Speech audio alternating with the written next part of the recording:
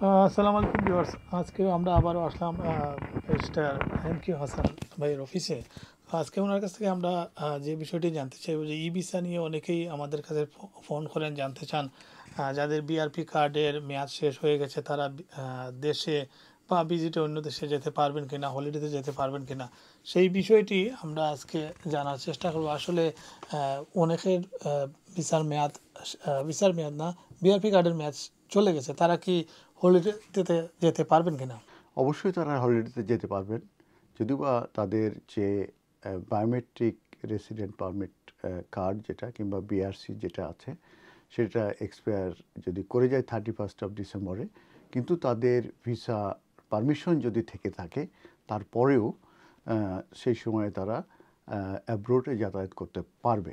কারণ আমরা জানি যে 1 জানুয়ারি 2025 থেকে এই ই ভিসার যে ইমপ্লিকেশন সেটা ইফেক্টিভ হওয়ার কথা ছিল, কিন্তু হোম অফিস রিসেন্টলি একটি অ্যানাউন্সমেন্ট দিয়েছে এই 31 ডিসেম্বরের আগে যে এই ইমপ্লিকেশনটা মূলত এক্সটেন্ডেড করা হচ্ছে, সেটা হচ্ছে 31 মার্চ 2025 পর্যন্ত। এটার অর্থ এই দাঁড়াচ্ছে যে 1 জানুয়ারি এবং 31 মার্চ এই সময়টায় যাদের ই ভিসা নাই তারাও কিন্তু তাদের পাসপোর্ট এবং বায়োমেট্রিক কার্ড নিয়ে কিন্তু তারা অ্যাব্রোড যেতে পারবে। আবার যাদের ই ভিসা করা আছে তারা তাদের পাসপোর্ট নিয়ে তারা যেতে পারবে। আবার যাদের পাসপোর্ট আছে এবং তাদের ভিসা আছে এবং যাদের যে বায়োমেট্রিক কার্ড এক্সপায়ার করে আছে তারাও কিন্তু ট্রাভেল করতে পারবে। অতএব 3 ধরনের সিচুয়েশনেই কিন্তু তারা ট্রাভেল করতে পারবে আনটিল 31 মার্চ 2025 পর্যন্ত। এক্ষেত্রে যেটা করতে হবে সেটা হচ্ছে যে তাদের যে ডিটেলস আছে সেটা ই ভিসা যদি থেকে থাকে সেই ই ভিসার ভিতর যেয়ে সেগুলো কিন্তু আপডেট করে রাখতে হবে এবং তাদের একটি শেয়ার কোড থাকে, সেই শেয়ার কোডটা জেনারেট করতে হবে এবং সেটা প্রিন্ট আউট করে সঙ্গে করে নিয়ে যেতে হবে এবং সেই শেয়ার কোডটা কিন্তু 90 ডে পর্যন্ত ভ্যালিড থাকে।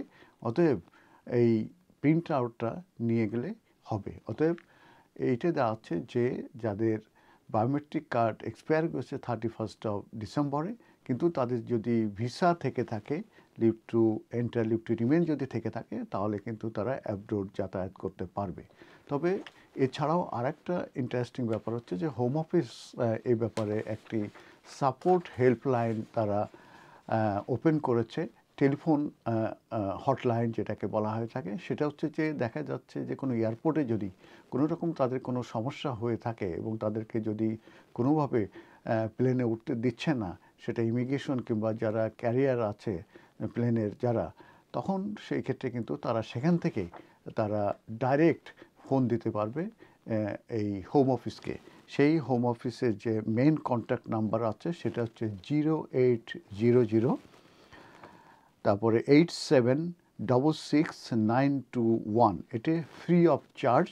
আমি আরেকবার এই নাম্বারটা বলি, 080087666921। এটা ফ্রি অফ চার্জ। আপনারা সেখান থেকেও সরাসরি এই হোম অফিসের সঙ্গে এই যে সাপোর্ট লাইন আছে সেখানে কথা বলতে পারবেন এবং আপনার যে ক্যারিয়ার যারা আছে তারাও কথা বলতে পারবে এবং কোনো সমস্যা হলে সেটা হোম অফিস থেকে আপনাদেরকে গাইডেন্স দিয়ে সেটা সমাধান করতে পারবে। ধন্যবাদ।